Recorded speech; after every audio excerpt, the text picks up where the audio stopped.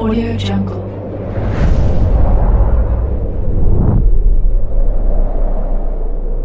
Yo, balik lagi bersama Mimin di Manhwa TV. Kali ini kita akan lanjutkan pembahasan dari cerita Disastros Necromancer. Mimin infokan kembali bagi teman-teman yang ingin menonton video terbaru lebih cepat, silahkan bergabung menjadi member di channel ini dengan biaya 5.000 per bulannya. Jika tidak, teman-teman bisa bersabar lebih dulu selama 2-3 hari untuk menonton video tersebut. Tanpa berlama-lama, yuk kita masuk ke disclaimer dulu.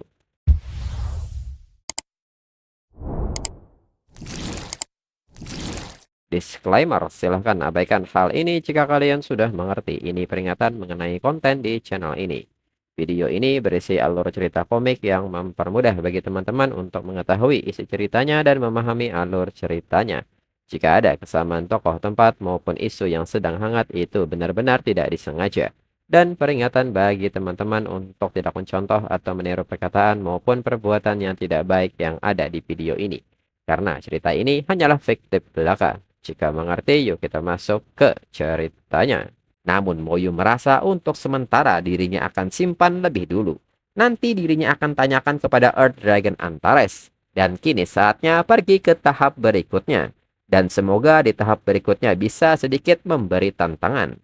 Dan di saat Moyu berangkat ke area selanjutnya, seseorang kini nyatanya menyelinap dan mengikuti Moyu.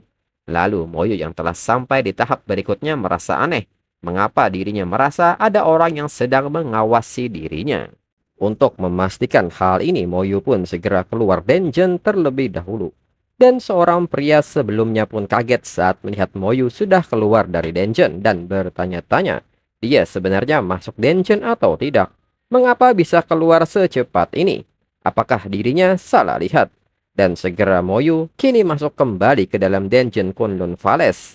Dan kembali, pria ini kaget saat melihat Moyu tiba-tiba menghilang lagi. Pria ini pun bertanya apakah yang mereka lihat tadi adalah hantu. Lalu saat di dalam dungeon, Moyu merasa orang yang mengawasinya akhirnya ikut bergerak juga. Namun setelah Moyu memperhatikan sekitar area dungeon ini, Moyu menyadari bahwa tempat ini bukan dungeon Kunlun Divine Palace. Area ini dipenuhi elemen murni, seperti kata Earth Dragon Antares. Kemungkinan ini elemental world milik seorang dewa. Moyu pun kini meminta dewa ini untuk keluar, tidak perlu bersembunyi. Dan diketahui sosok dewa ini ternyata adalah Kunlun Snow God level 90. Moyu pun nampak kaget saat melihat sosoknya, dan tatapan penuh niat jahat yang dirinya rasakan tadi berasal dari Kunlun Snow God. Kunlun Snow God kini menegur Moyu dan mengatakan bahwa Moyu bisa memanggil dirinya dengan nama Kunlun Snow God. Moyu pun kini mengenalkan dirinya kepada Kunlun Snow God sebagai Divine General bintang 3 dari Kekaisaran Sensia. Kunlun Snow God menghentikan teleportasi dirinya, menyeretnya ke Elemental World, dan menyerang dirinya dengan badai salju. Dengan ini, bisakah Kunlun Snow God memberinya penjelasan? Kunlun Snow God pun meminta Moyu untuk menyerahkan Divine Throne milik Moyu. Maka dirinya akan membiarkan Moyu pergi. Moyu pun seketika bertanya bagaimana Kunlun Snow God tahu dirinya punya Divine Throne. Dan jika dirinya tidak menyerahkannya, apa yang akan Kunlun Snow God lakukan pada dirinya? Kunlun Snow God menekankan bahwa dirinya akan membunuh Moyu. Moyu pun menantang Kunlun Snow God dan bertanya memangnya dewa yang baru lahir bisa apa? Sepertinya Kunlun Snow God tidak tahu apa arti Divine General bintang 3. Segera Moyu mengaktifkan Lightning Wings, Skeleton Armor, serta mengeluarkan semua pasukannya. Melihat hal ini, Kunlun Snow God segera melepaskan skill Blizzard Priest, hingga hembusan angin yang menerjang pasukan skeleton, dan Moyu pun kini membekukan pasukan skeleton. Namun, efek ini tidak mempan terhadap Moyu yang memiliki status immunity. Kunlun Snow God pun bertanya apakah Moyu sudah lihat. Di dalam Blizzard World miliknya, dirinya tidak terkalahkan. Moyu pun hanya tersenyum menanggapi hal ini dan mengatakan bahwa itu belum tentu. Segera Moyu mengeluarkan Divine Venom Essence. Kunlun Snow God kaget melihat hal ini dan tidak menyangka Moyu masih menyimpan Divine Blood Essence. Di saat yang sama, Moyu pun kini memanggil Venom Thunder Divine Beast. Venom Thunder Divine Beast pun kini melepaskan skill Poison Absorption dan menyerap Divine Venom Essence. Kunlun Snowguard yang memperhatikan ini pun bertanya apakah ini. Dan kini Venom Thunder Divine Beast melepaskan Toxic Blast hingga asap racun menerpa Kunlun Snowguard. Kunlun Snowguard pun tidak menyangka ini Divine Poison yang jauh lebih kuat dari dirinya. Kunlun Snowguard sangat marah dengan hal ini dan menyebut Moyu sebagai manusia jajingan. Dirinya akan menghancurkan Moyu sampai tidak tersisa. Lalu di samping itu, aura pertempuran ini pun terlihat dari kaki gunung. Orang-orang pun bertanya apakah itu dan meminta semua orang untuk melihat ke arah sana. Sepertinya ada pertarungan di sana. Lalu saat mereka lebih memperhatikan pertarungan ini, seseorang menyebut bahwa itu adalah pasukan skeleton.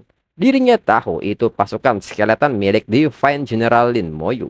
Orang lain pun mengatakan bahwa ini aura yang sangat mengerikan. Mereka pun penasaran Moyu sedang melawan makhluk apa. Lalu kini Moyu menggunakan telepatinya dan meminta seluruh ras manusia untuk mendengarkan perintahnya. Atas nama Divine General, dirinya perintahkan semua orang untuk mundur sejauh 5 km dari pegunungan Kunlun. Kalau tidak, tanggung sendiri hidup dan mati mereka. Semua orang pun seketika memberikan sikap hormatnya dan akan mematuhi perintah Divine General Lin Moyu. Lalu di saat Kunlun Snowguard memulai pergerakan, Moyu kini mengaktifkan skill Primordial Rune Power Focus. Serta mengatakan kalau satu ledakan belum bisa membunuh Kunlun Snowguard berarti harus ditambah lagi. Dirinya punya banyak stok Divine Blood Essence. Hingga pertarungan pun kembali terjadi. Orang-orang yang memperhatikan hal ini bertanya apakah itu dewa. Divine General Lin Moyu kini sedang bertarung melawan dewa. Moyu pun kini melepaskan Bone Frozen hingga berhasil menjerat Kunlun Snowguard. Kembali, Venom Thunder Divine Beast mengaktifkan skill Poison Absorption. Kunlun Snowguard pun menyadari apa yang akan terjadi selanjutnya dan meminta Moyu untuk tidak melakukannya lagi. Hingga Venom Thunder Divine Beast kembali melepaskan Toxic Blast. Ledakan ini pun bisa dilihat oleh orang-orang yang baru saja menjauh. Seseorang pun nampak kaget dan mengetahui alasan Divine General Lin Moyu meminta mereka mundur sejauh 5 km.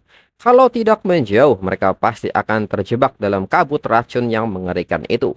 Siapa sangka Divine General Lin Moyu sehebat itu.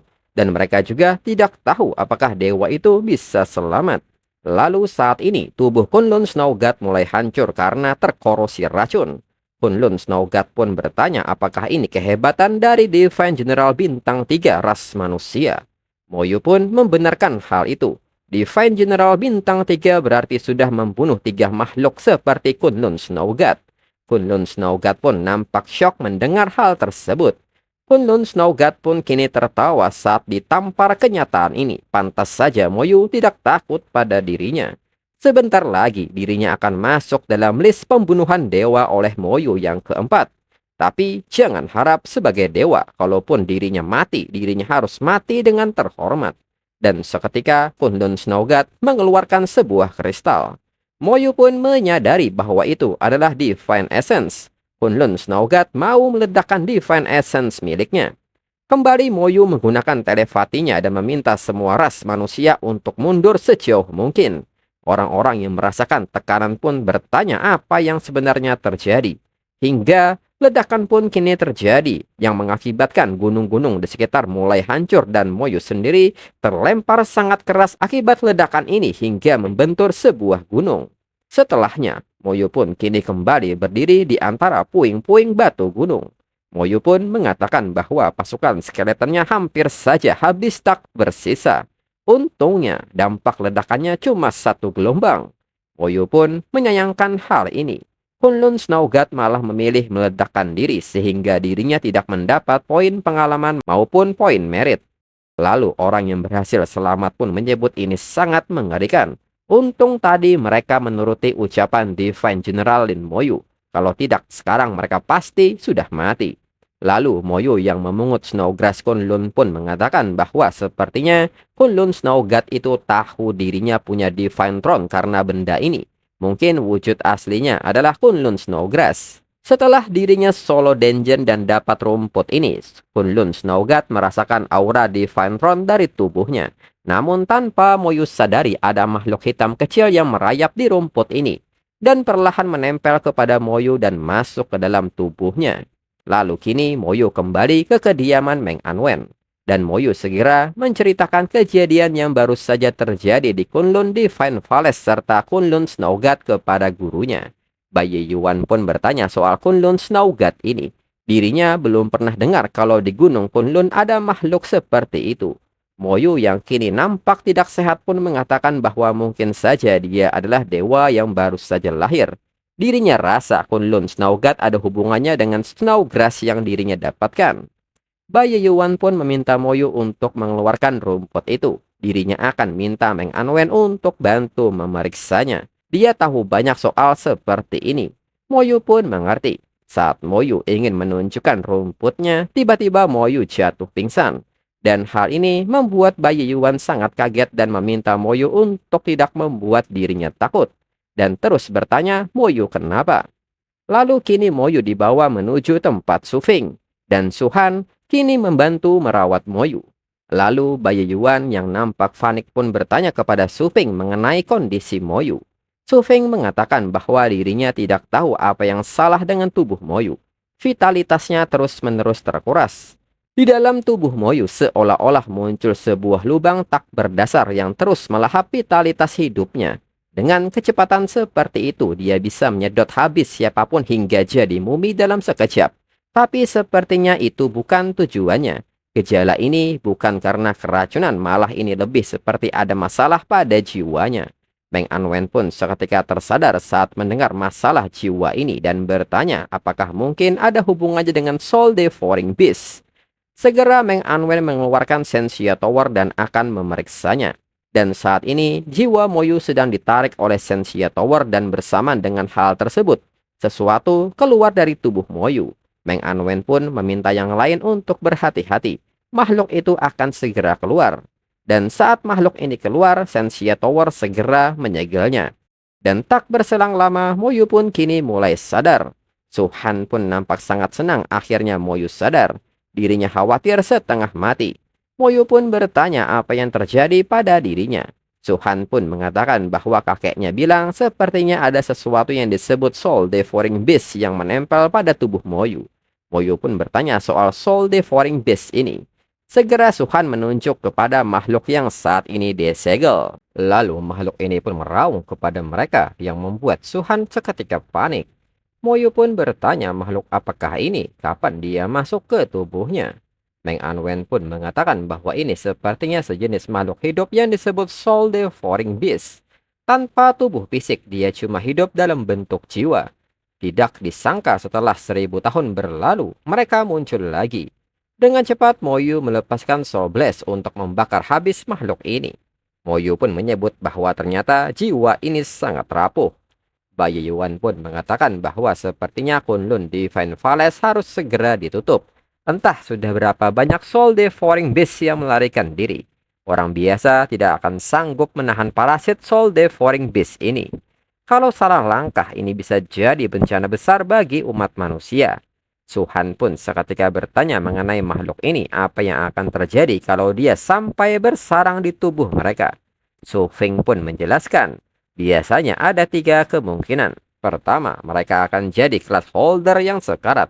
Makhluk ini akan terus menyerap segalanya darinya, termasuk vitalitas, darah, kekuatan jiwa, dan apapun yang bisa dimakan. Kedua, kalau makhluk ini menemukan inang yang lebih bagus, dia mungkin akan langsung membunuhnya. Ketiga, kalau dia merasa tubuh seseorang cukup bagus, makhluk ini akan memakan jiwanya lalu mengambil alih tubuhnya. Suhan pun nampak takut dan menyebut ini mengerikan.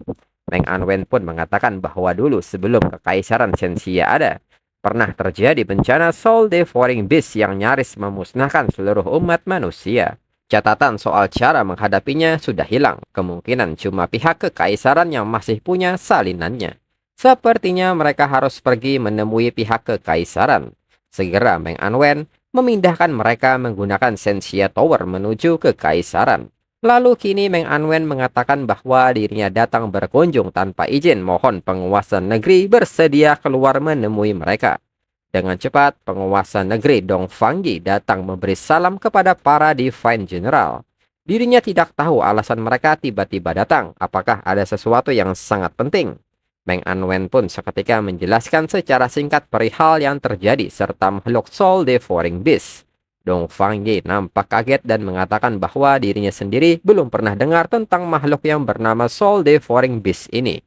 Bai Yuan pun mencukupkan ini dan dirinya tahu di dalam istana ada gudang rahasia. Kedatangan mereka ke sini buat mencari informasi tentang Soul Devouring Beast. Dong Fang Yi pun nampak ragu dengan hal ini. Namun karena Divine General Lin Moyu juga datang, tampaknya ini masalah besar bagi umat manusia. Dong Fang Yi pun menyebut bahwa Dong Fang Li yang memegang kunci gudang rahasia. Dengan ini mereka akan bertanya kepadanya. Lalu saat ini di perpustakaan kekaisaran, Dong Fang Li segera memberitahu mereka bahwa ini semua adalah informasi soal Soul Devouring Beast. Dong Fang Li mengatakan kalau memang itu benar-benar Soul Devouring Beast, maka ini akan menjadi bencana besar. Meng Anwen menyebut bahwa ini belum tentu, bisa jadi ini malah keberuntungan besar. Catatan kuno menyebutkan di zaman kekacauan dulu ketika umat manusia belum bersatu, pernah terjadi bencana Soul Devouring Beast. Saat itu umat manusia harus membayar harga yang sangat mahal untuk bisa menang. Tapi di saat yang sama, para peringkat dewa hampir semuanya tewas. Setelah itu, demon dari Abyss dan Dragon Kain pun datang. Di masa krisis itu, muncul sekelompok jenius yang dalam waktu puluhan tahun saja berhasil mencapai tingkat dewa. Merekalah yang melindungi umat manusia, sehingga manusia bisa bertahan sampai detik ini. Munculnya kelompok jenius itu ada hubungannya dengan Soul Devouring Beast.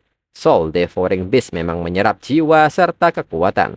Tapi kalau bisa dihancurkan sebelum terbentuk dengan sempurna, kekuatannya akan menyatu ke dalam jiwa kelas holder. Saat jiwa semakin kuat, atribut juga ikut bertambah. Itu akan membuat peluang awakening kelas meningkat secara drastis. Para jenius ras manusia di zaman kuno dulu lahir dengan cara seperti itu. Moyu pun seketika bertanya bagaimana cara melenyapkan Soul Devouring Beast sebelum dia berkembang jadi sempurna. Bahkan dirinya saja tidak menyadari kalau dia sudah menyusup. Meng Anwen pun seketika mengatakan bahwa itu bukan hal yang harus Moyu pikirkan.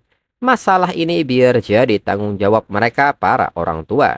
Dong Fang Yi menyebut ini masalah serius, mereka butuh perencanaan yang sangat matang. Su Feng pun menanggapi ini, namun setelah masalah ini teratasi, kekaisaran Senxia mereka akan melahirkan banyak jenius. Bai Yuan pun mengatakan untuk mencapai tujuan itu, dukungan dari pihak kerajaan sangat dibutuhkan. Dong Fang Yi pun mengatakan apapun yang mereka butuhkan dari mereka katakan saja, ini pencapaian besar yang akan tercatat dalam sejarah. Su Feng pun meminta kerajaan untuk mengerahkan orang untuk amankan situasi. Mereka tidak boleh membiarkan Soul Devouring Beast masuk ke wilayah negara lain. Kesempatan besar ini harus mereka kuasai sendiri. Hingga para orang tua ini tertawa bersama dengan rencana ini. Lalu Meng Anwen pun bertanya kepada Moyu mengenai rencananya. Moyu pun mengatakan bahwa dirinya mau tanya pada sosok itu. Meng Anwen pun mengatakan bahwa pemikirannya juga sama. Dengan bantuan sosok itu, tingkat keberhasilan mereka akan jauh lebih besar. Meng Anwen pun mengerti dirinya akan mengantar Moyu. Dong Fang Yi pun kini berbisik kepada Dong Fang Li mengenai sosok yang dimaksud Divine General Lin Moyu. Apakah dia sosok yang ada di Ancient Trial Ground? Dong Fang Li pun mengatakan bahwa sepertinya memang sosok itu. Tidak disangka, Moyu punya kualifikasi untuk bicara dengannya. Ini merupakan peluang besar bagi kekaisaran Senxia. Harus mereka kerjakan sebaik mungkin sesuai rencana. Dong Fang Yi pun mengiyakan hal ini. Lalu saat ini di Ancient Trial Ground, Moyu menemui Earth Dragon Antares dan mengatakan kepada seekor burung bahwa dirinya bukan mencarinya, dirinya mencari Earth Dragon Antares. Earth Dragon Antares pun bertanya kepada Moyu kenapa datang lagi. Moyu pun mengatakan bahwa ras manusia sedang dalam masalah. Dirinya datang untuk meminta petunjuk dari Earth Dragon Antares. Moyu pun seketika menceritakan tentang masalah Soul Devouring Beast kepada Earth Dragon Antares. Earth Dragon Antares pun kaget dan bertanya keberuntungan macam apakah itu. Bahkan Soul Devouring Beast pun bisa Moyu temukan. Moyu pun nampak suram saat dikatakan beruntung, padahal nyaris jadi inang Soul Devouring Beast. Dan bertanya apakah itu termasuk keberuntungan. Earth Dragon Antares pun meminta Moyu menjawab ini. Mana yang lebih kuat, 100 kelas holder level 85 atau satu orang tingkat dewa level 90? Moyo pun dengan lantang menjawab bahwa itu sudah pasti seorang tingkat dewa yang lebih kuat. Dua hal tersebut beda kasta, tidak sebanding. Earth Dragon Antares pun membenarkan hal itu. Bagi ras apapun, lahirnya satu sosok kuat itu jauh lebih penting. Semakin tinggi tingkatannya, semakin besar pula jaraknya. Bagi ras manusia, meski setiap orang menjadi tingkat dewa sekalipun, itu tetap kalah dibandingkan lahirnya satu super god level. Dan Soul Devouring Beast itu adalah sebuah peluang emas, asalkan Moyu sanggup memanfaatkannya. Moyo pun nampak kaget dengan hal ini dan bertanya apakah maksud Earth Dragon Antares, Soul Devouring Beast sanggup melahirkan sosok sekuat itu.